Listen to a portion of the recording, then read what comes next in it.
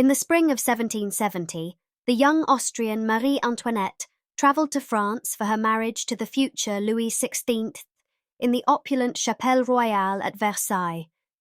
The union, which cemented the Franco-Austrian peace treaty of 1756, required the young bride to embrace visibly her new French identity.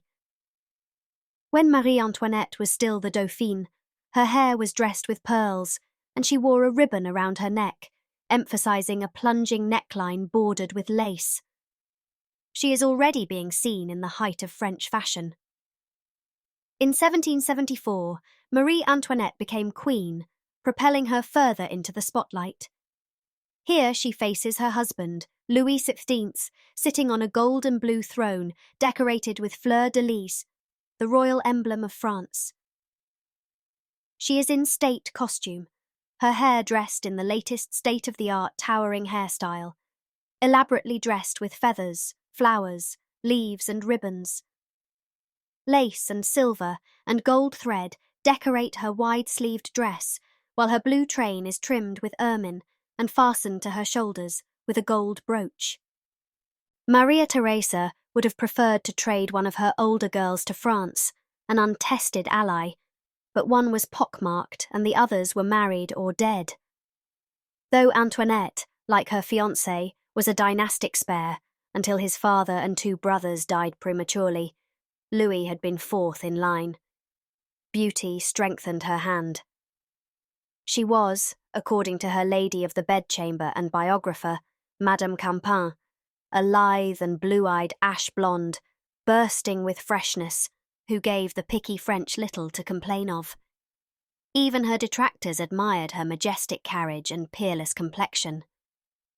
Her flat chest initially caused a disgruntled murmur, but 2 months before the marriage, the Empress was pleased to inform the king's envoy that her daughter had become a woman. They were both confident that once she was a wife with a busy womb, the bosom would fill out. The handover, remise, of a dauphine was a ritual not unlike a real estate closing, with a final inspection attended by representatives for each party to the sale. The initial report, however, had flagged some minor flaws that needed correction, so the Parisian dentist who invented braces was imported to straighten the archducal teeth. A dancing master taught Antoinette the distinctive gliding shuffle of court ladies, and a French coiffeur, Monsieur Larsonneur, artfully dissembled her unfashionably high forehead and the bald spots at her hairline. Marie Antoinette's hair is described in her youth as having been fair and thick. In fact, her celebrated hairdresser Leonard came himself to Versailles twice a week and left the rest of the hair care to his assistants. The results of all this were the fabulous, high-wired feather creations for which the Queen became famous and infamous in the later public image of her. Some of her hair seems to have already started to fall out by 1776, and the Queen had also experienced the effects of pregnancy at least 4 times by the time of the flight to Varennes. The Queen's first Parisian hairdresser, Sieur Larsonneur, had come to Vienna at the time of her transformative preparation of Austrian Archduchess for that of French Dauphine to change her famous high forehead and Habsburg hairline. From her portraits, we know that Marie had a fairly characteristic Austrian face, fair-skinned with light hair, which she often powdered to give it a paler, more fashionable look. She had a prominent nose, blue-grey eyes, and her mouth was well-shaped, often rendered with a hint of a smile that suggested a certain level of poise and perhaps a knowingness behind her gaze. However, historical records suggest that the portraits likely downplayed her Habsburg jaw, which was a familiar genetic trait among her lineage.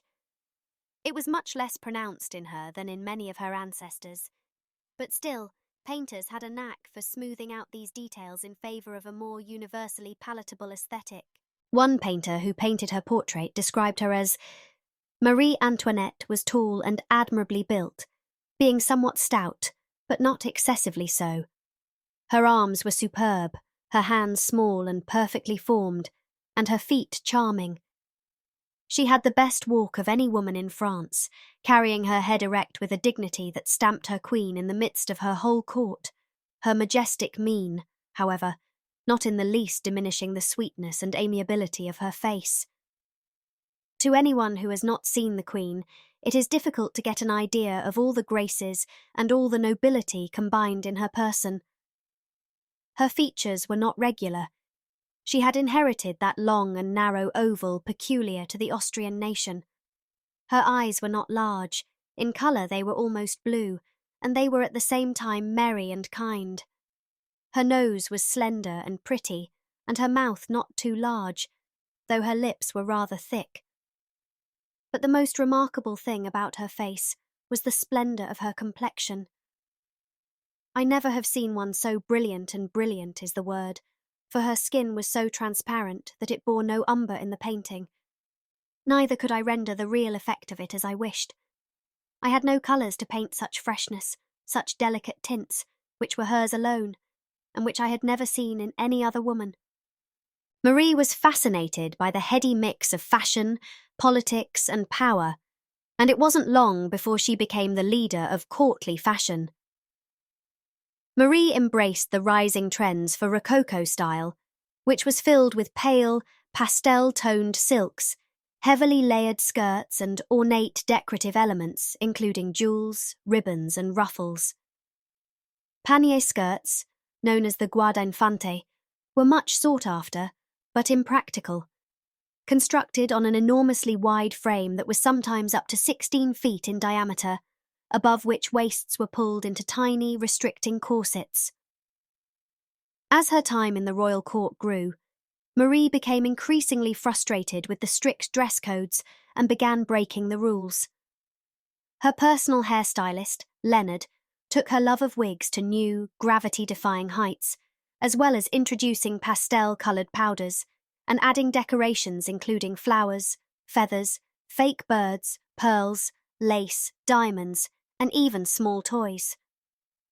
Marie also employed her own in-house dress designer, the renowned Parisian couturier Marie-Jeanne Breton, known as Rose, who she titled her Minister of Fashion, encouraging her to create ever more indulgent and extravagant designs.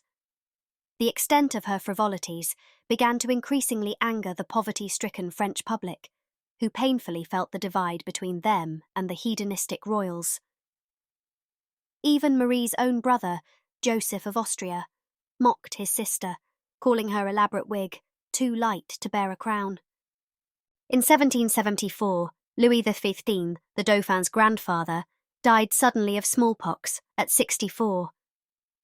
"God help us," 19-year-old Louis XVI exclaimed, "for we are too young to reign." Shortly after his coronation, a year later, at which the Queen made herself particularly conspicuous in an embroidered gown encrusted with sapphires and a towering ziggurat of powdered hair, she had her portrait painted for her mother. The staggering expenses that Marie Antoinette's quixotic game plan incurred were paid for by levies on the Third Estate. Her budget overruns on an annual clothing allowance of about $3.6 million in current spending power were, in some years, more than double.